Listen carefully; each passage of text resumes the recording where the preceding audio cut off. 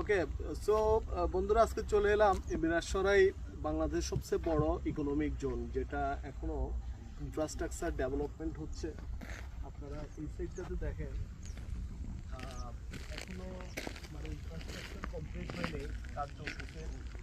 কিছু factory already চালু হয়ে গেছে, যারা আপনার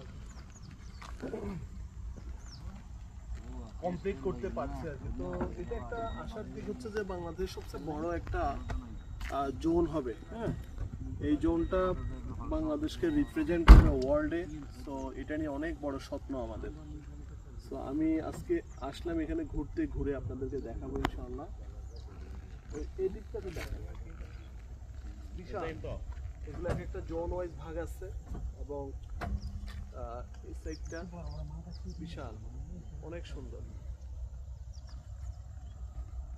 ফুল আপডেটটা আরো ঘুরে আপনাদেরকে দিব ইনশাআল্লাহ। Thank you.